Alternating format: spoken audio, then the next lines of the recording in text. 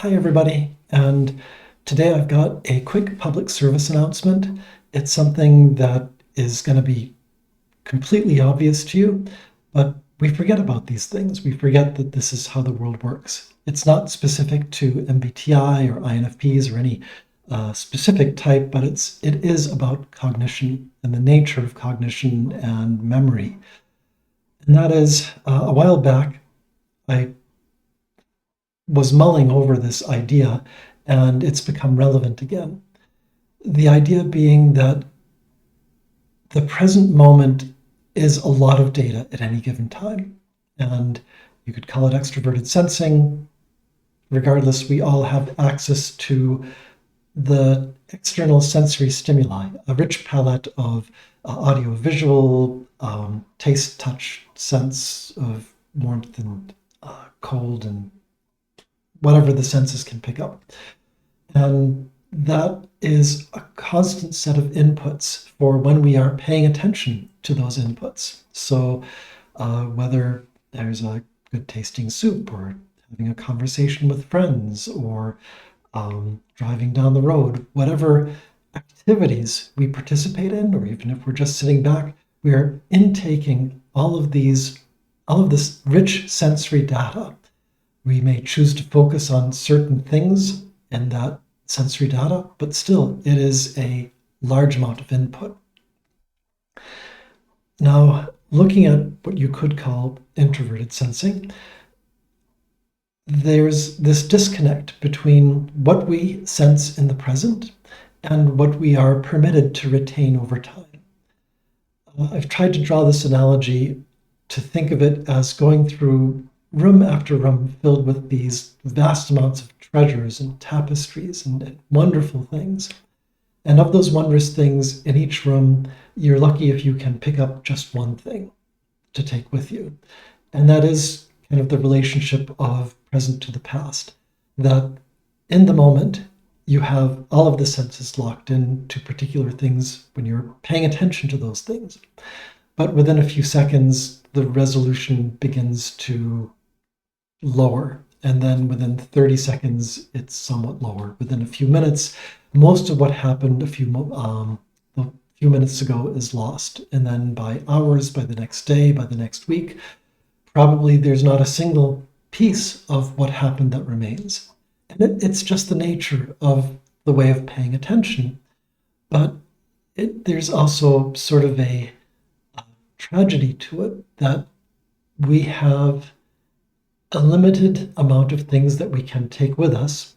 And worse yet, the things that we take with us lose their shape over time. They lose their substance. They become just suggestions of the original thing that we may have picked up at the time.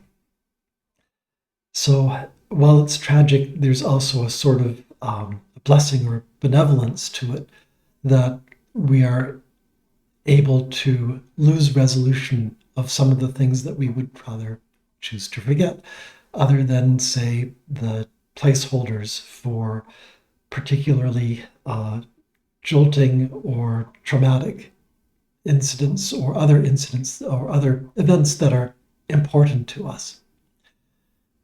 So that's really what I wanted to note, is just to consider that as people who are, say, feeling introverted or thinking introverted dominant, we are losing so much of the moment, because even as it takes time to reflect or to judge, that is time that we are not spending in that particular moment sensing the things that are about us as we turn inward for the treasures that we may have saved, as distorted and misshapen as they become over time, or to consider some of the things that we have picked up in the past, while we then miss what's happening right in front of our eyes.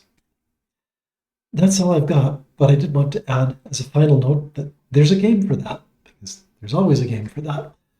There's a solo journaling game called 1,000-Year-Old Vampire, which, as the name implies, it's about playing a creature of the night, a creature of undeath, and the series of events that follow through your path of unlife until the creature's demise. And the trick with the game, however, besides all of the events that transpire and how you work to deal with those events and incorporate them into your life path, is that unlife path, is that you only have so many memories that you can bring with you over those centuries. And because of that, you end up having to make some very difficult decisions about what aspects of your previous humanity and what highlights of your undeath, friendships, enmities, major events will you choose to bring, and which must be discarded and be lost to time.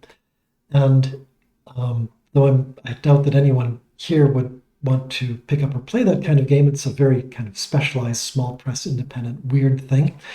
You could look up Thousand-Year-Old Vampire examples of gameplay, and there inevitably you'll see some of that kind of poignant end to which the gameplay goes, where by the end of the story, the vampire that you've covered throughout their unlifetime will have lost their humanity and most of their important memories, and they're being, say, chased down by a mob, and they don't even perhaps remember what crimes it is they are guilty of and why they are in that situation in the first place.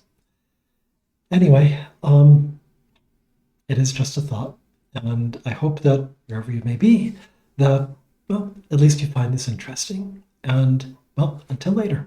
Bye for now.